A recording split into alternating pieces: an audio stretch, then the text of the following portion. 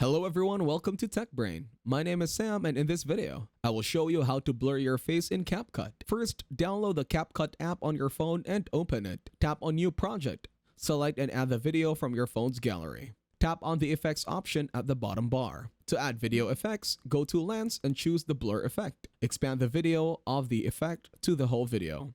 Tap on Adjust to adjust the blur effect.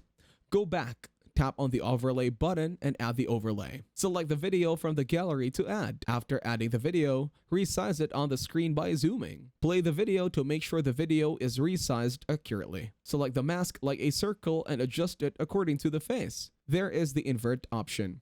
Tap on it and adjust the mask on the face. Once it is adjusted, play the video to view that the face is blurred. You can add keyframes for a smooth transition. Play the video to ensure the face is blurred and export it to the gallery. That is it. Thank you very much for watching. Please make sure to leave a like and subscribe to our channel. Have a nice day.